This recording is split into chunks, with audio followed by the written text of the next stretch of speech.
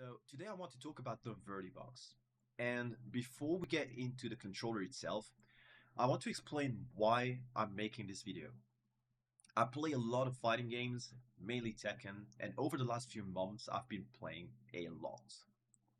Like long sessions almost every day. The problem is I've had like surgery on my left hand in the past. I still have a screw in it, and my other hand also has its own issues. I'm pretty prone to inflammation, especially when I train for too long. So when I started feeling wrist pain again with leverless controllers, I didn't want to wait until it became a real injury. I wanted to prevent it.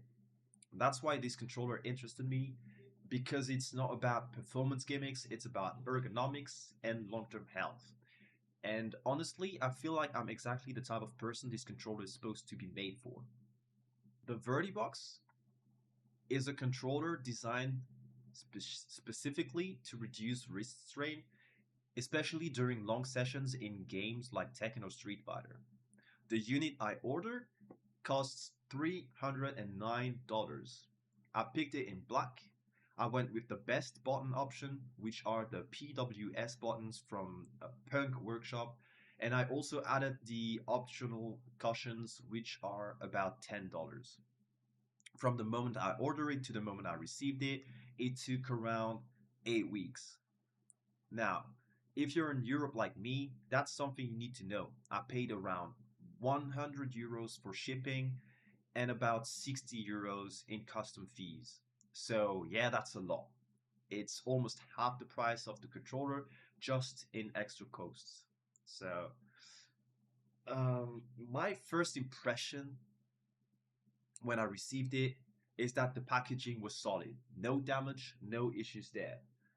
Um, First impression, the buttons feel very responsive, no input problems, no weird delays, and that part is great. I was also surprised by how easy it was to start using it, especially for my left hand, because like the movement button on the side do not really change from a standard leverless layout. So that was really great. On the right side, it's a little bit different because of the curvature, and this is what will take me a little bit longer to get used to. I tried playing both with the controller on my lap and on a desk, and both felt great. I think stability is not an issue with this controller. Now let's talk about the most important thing, ergonomics.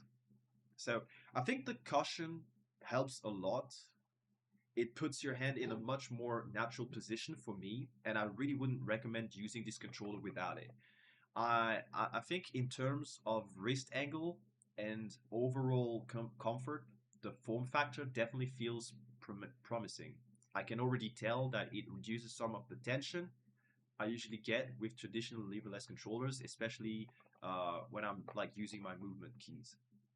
For context, I think my hands are about 20 to 20.5 centimeters from palm to longest finger, and I usually prefer small peripherals. For example, in FPS games, I use um, mini mice like the Pulsar X2 Mini. Right now, I can reach all the buttons, like you see here. As you can see here, like I can use all of the buttons. But I don't know yet how stressful it might be long term, especially on my right hand when it comes to using the pinky to reach like these buttons right there, like the bottom ones. I feel like for me it's a little bit counterintuitive because I haven't been using the pinky at all when I was playing on a normal leverless. Um, that leads to my biggest criticism so far with this controller, and I think that it comes only in one size. You do not have the choice to have it in small, medium, or large size. And for an ergonomic product, that's a problem. Not everyone has the same hand size, and I really think this should exist in different versions because otherwise you risk creating strain instead of fixing it. In terms of gameplay, I think adaptation was faster than expected, but it's not perfect. Some things like feel less intuitive at first, and you definitely have to rebuild muscle memory. For instance, like the grabs on Tekken are with like 1 and 3 or 2 and 4, and so I need to press it like this to get the grab going. And this is a little bit complicated, and like I said, also using the pinky is something that I'm not used to.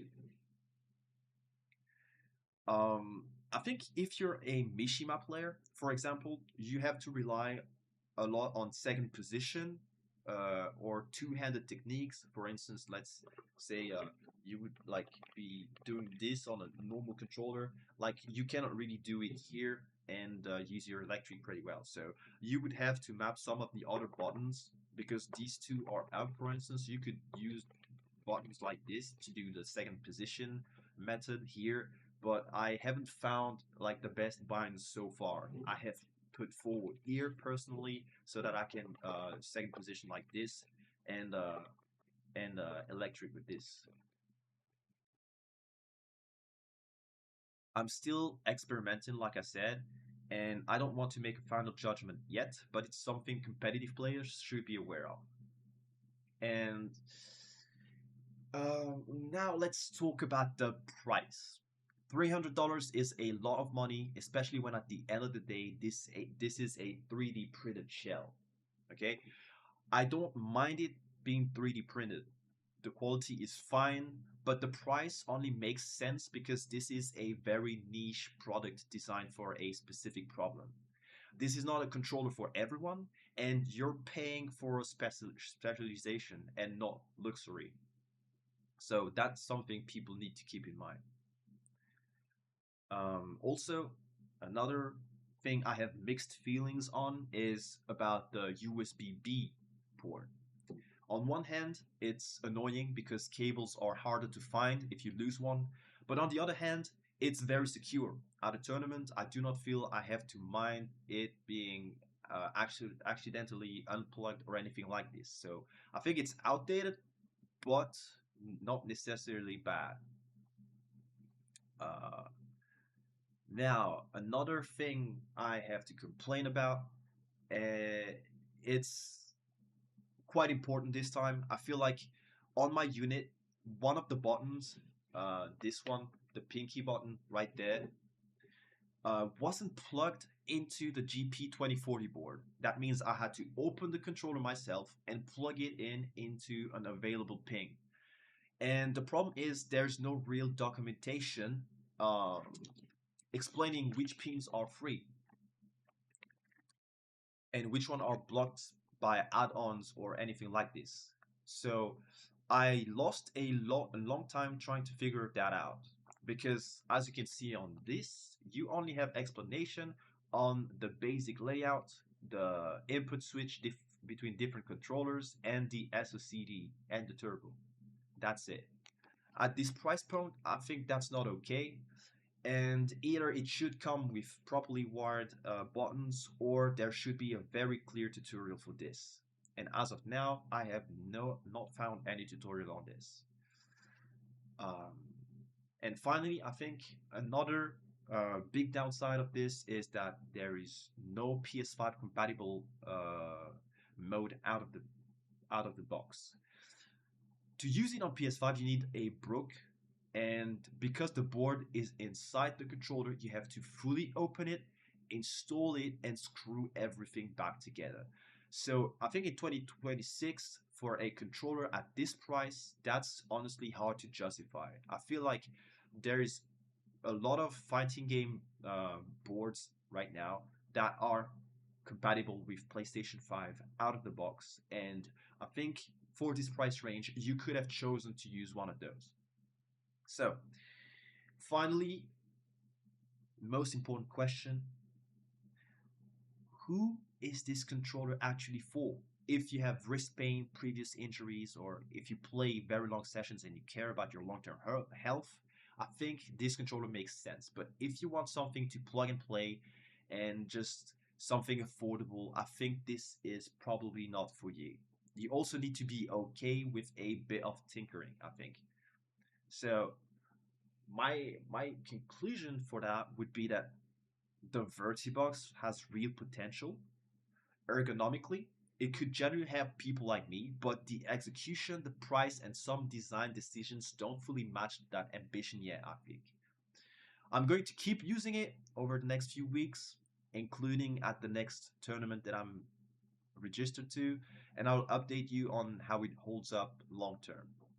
If it saves my wrist, it's worth every penny that I spent. And if it doesn't, I think that's a very hard recommendation. But I will keep you guys updated on that. So make sure to follow my next videos and I will show you